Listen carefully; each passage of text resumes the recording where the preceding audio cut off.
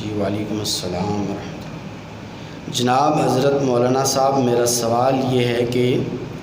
چھپکلی کو مارنا گناہ ہے یا ثواب ہے؟ قرآن و حدیث کی روشنی میں رہنمائی فرمائیں۔ سنا ہے کہ ایک عورت اپنے خامند پر جادو کرتی تھی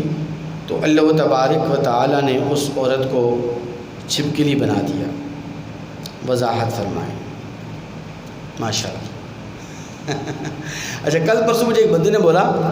کہ چھپکلی مارنے سے غسل بھی واجب ہو جاتا ہے، تو میں نے کہا بھائی کیوں واجب ہوتا ہے؟ کہا اس لیے کہ امام جعفر صادق رحمۃ اللہ علیہ نے فرمایا کہ جو بندہ چھپکلی کو مارے گا اس پر غسل واجب ہو جائے گا۔ میں نے کہا ہاں، اس شخص پر غسل واجب ہو جاتا ہے جس کا غسل اتنا کمزور ہے کہ چھپکلی کے مارنے سے بھی غسل واجب ہو جاتا ہے۔ تو یہ ساری من گھڑت باتیں، جادو کرتی تھی اپنے خامند کے اوپر، اس کو چھپکلی تعالیٰ نے بنا دیا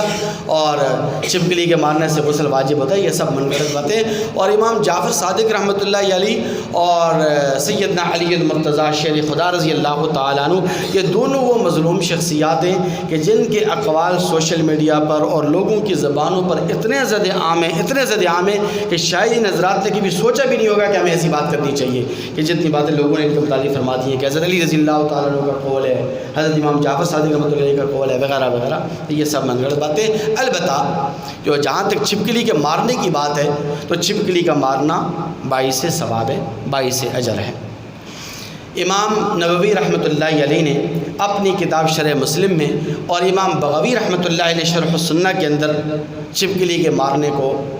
باعث اجر و ثواب قرار دیا ہے اور ایک روایت نقل کی ہے، اور روایت میں آپ کے سامنے بعد میں عرض کروں گا، لیکن پہلے یہ عرض کر دوں کہ چھپکلی کو مارنا کیوں باعث اجر و ثواب ہے۔ تو اس کی 3 وجوہات محدثین اکرام نے لکھی ہیں۔ پہلی وجہ یہ ہے کہ جب حضرت ابراہیم خلیل اللہ علیہ السلام کو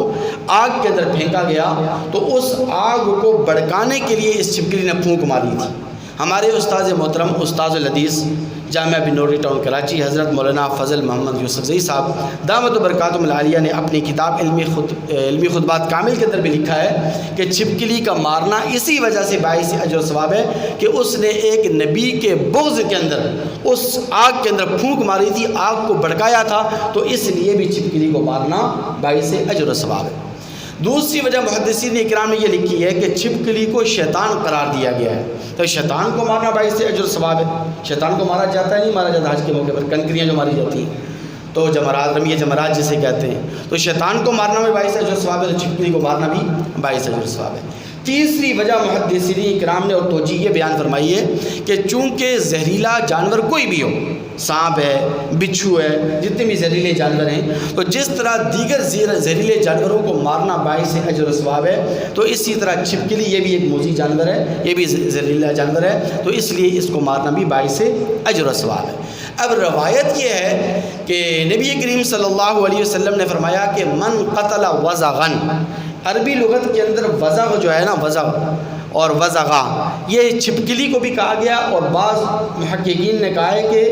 گرگٹ کو بھی وزغا کہا گیا ہے۔ تو نبی کریم صلی اللہ علیہ وسلم نے فرمایا من قتل وزغتن فی ضربت اول فلہ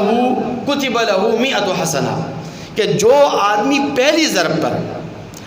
ضرب پر چھپکلی کو مارے گا تو اللہ تبارک و تعالی اس کو 100 نیکیاں عطا فرمائیں گے۔ وفی الضربۃ الثانیہ دون ذالک وفی الضربۃ الثالثۃ دون ذالک، جو آدمی 2 ضربوں کے ساتھ اس کو مارے گا تو اس کو پھر 50 نیکیاں ملیں گی، جو 3 ضربوں کے ساتھ اس کو مارے گا تو پھر اس کو 25 نیکیاں ملیں گی۔ تو گویا کہ حدیث مبارکہ کے اندر بھی نبی کریم صلی اللہ علیہ وسلم نے چھپکلی کے مارنے کو باعث اجر و ثواب قرار دیا ہے اور اس کے مارنے پر نیکیوں کا وعدہ فرمایا گیا ہے، تو اس لیے چھپکلی کو مارنا باعث اجر و ثواب ہے اور اس کو مارنا چاہیے، اور اس کے مارنے میں کوئی حرج نہیں ہے، نہ اس سے غسل واجب ہوتا ہے اور نہ ہی کوئی عورت جادوگر تھی جو اپنے خامن پر جادو کرتی تھی اور پھر وہ چھپکلی بن گئی، ایسی کوئی باتیں، یہ ساری من گھڑت باتیں۔ البتہ مارنا اس کا باعث ہے جو ثواب اللہ تعالیٰ میں عمل کرنے کی